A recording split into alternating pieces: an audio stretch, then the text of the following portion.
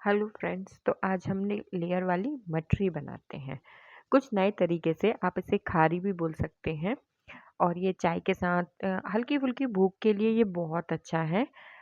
सबसे पहले हमने 2 कटोरी मैदा लिया है, नाप के कटोरी से। उसमें फिर हमने नमक डाला। नमक आप अपने स्वाद अनुसार डालिए, जैसा आप खाना पसंद करते हैं वैसा डालिए। उसके बाद हमने इसमें 1 चम्मच अजवाइन डाला है। अजवाइन एक तो हाजमे के लिए बहुत अच्छा होता है और उससे टेस्ट बहुत अच्छा आता है। और वैसे भी हम जो कोई तेल वाली चीज़ या घी वाली चीज़ बनाते हैं तो वो बहुत अजवाइन जो है नुकसान नहीं करता, इसीलिए। उसके साथ में हमने इसमें 4 चम्मच घी डाला है। घी, ऑयल जो भी आप पसंद करते हैं आप वो डाल सकते हैं उसमें आराम से। फिर हम इसे अच्छे तरीके से मिक्स करेंगे सारी चीज़ों को। मतलब पूरा उसमें एक सा कर लेंगे, मुट्ठी बन जाए इस तरीके से। फिर हम उसमें थोड़ा-थोड़ा करके पानी डाल के एक अच्छा-सा डो तैयार कर लेंगे। मतलब ना कि पूड़ी जितना ना तो टाइट होना चाहिए और ना ही पराठे जितना नरम होना चाहिए। एक मीडियम उसका डो तैयार करेंगे। और ये आप अपनी किटी पार्टी में भी यूज़ कर सकते हैं इस स्नैक्स को, बहुत ही स्वादिष्ट लगता है। आप इसको दही के साथ में खा सकते हैं, नॉर्मल चाय के साथ में खा सकते हैं। और यदि आप उसके साथ ना खाना चाहें तो नॉर्मल भी आप ऐसे भी खा सकते हैं, हरी चटनी के साथ भी खा सकते हैं, किसी के भी साथ। और किसी को भी सर्व करेंगे तो एक खाने में बहुत ही अच्छा फ्लेवर आता है इसका। तो आप इसे ज़रूर ट्राई करिएगा। हमने एक अच्छा-सा डो तैयार करके उसे 5 मिनट के लिए रेस्ट होने रखा है। तब तक हम उसके लिए एक घोल बनाते हैं, तो जिसमें हमने 3 चम्मच मैदा लिया हुआ है। मैदे के साथ में हमने उसमें उतना ही, मतलब 5 से 6 चम्मच हमने उसमें ऑयल मिक्स किया है। आप उसे अच्छे से, मतलब ऑयल, घी जो आपको पसंद है आप वो उसमें डाल सकते हैं। बट ऑयल से क्या है, अच्छी लेयर खिल जाती हैं और बहुत खस्ता बनते हैं, इसीलिए। तो आप उसे अच्छे से मिक्स कर लीजिए पूरा उसको। देखिए, जैसे मैंने एक पतला-सा, मतलब बहुत गाढ़ा भी नहीं होना चाहिए और बहुत ढल-ढल टाइप का पतला भी नहीं होना चाहिए, वो घोल बनाया। हमने जो मैदा लिया था उसको हमने जो आटा माढ़ा था हमने उसको हमने निकाला, थोड़ा-सा मसला उसको हमने। उसके बाद में हमने उसकी लोइयाँ तोड़ी। तो हमने उसकी 5 लोई बनाई हैं। 5 लोई बनाई हैं हमने उसकी। और मैं प्रॉपर सारी एक ही साइज़ की बनाई हैं। और हम उसको बारी-बारी से, जितनी भी हमने जो लोइयाँ बनाई हुई हैं उनको हम इसी तरीके से बेल लेंगे पूरा अच्छे से। बेलने के बाद में आप जितनी भी पाँचों लोइयों को बेल के और फिर सबके ऊपर इसी तरीके से ये लेयर जो है हम ये डालते जाएँगे जो हमने बनाया है उसके ऊपर।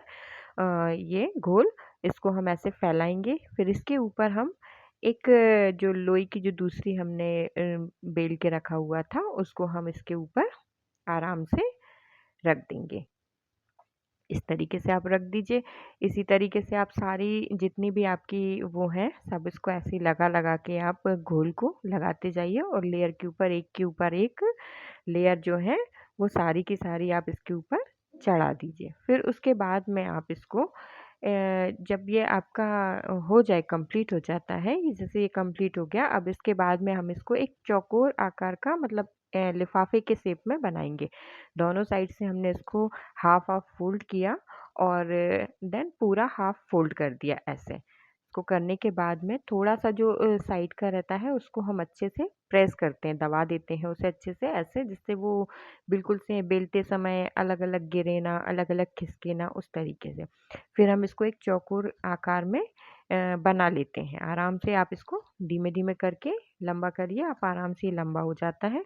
लंबा करने के बाद में जब ये बड़ा हो जाए पूरा, उसके बाद में आप इसे किसी भी शेप में काट सकते हैं, बट ये सबसे ज़्यादा अच्छा लगता है लंबे-लंबे शेप में आप इसे काटिए। आप थोड़ा पतले, मतलब मैंने थोड़ा चौड़ा काटा है, आप चाहें तो इसे थोड़े पतले शेप में भी काट सकते हैं।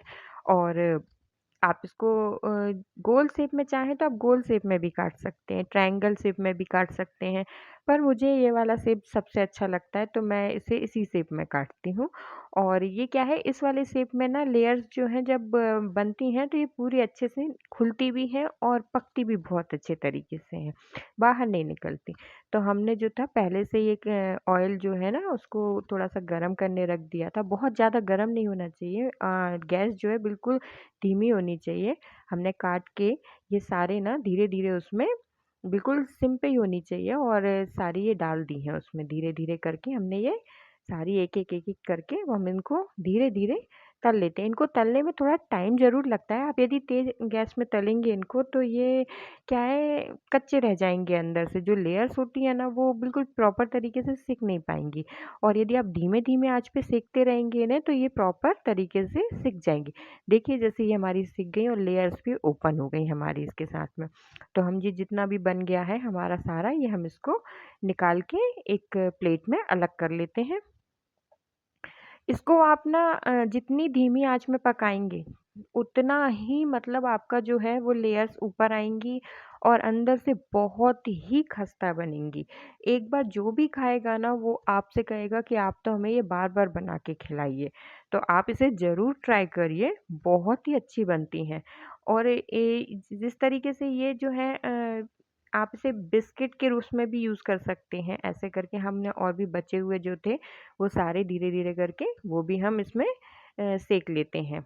तो आप इनको जितना दबाएँगे ना थोड़ा मतलब जैसे हम जो झरी रहती है हमारी उससे हम इसको थोड़ा हल्का-हल्का सा प्रेस करेंगे ना तो ये फूलेंगी, फूलेंगी तो ये लेयर्स खुलती हैं।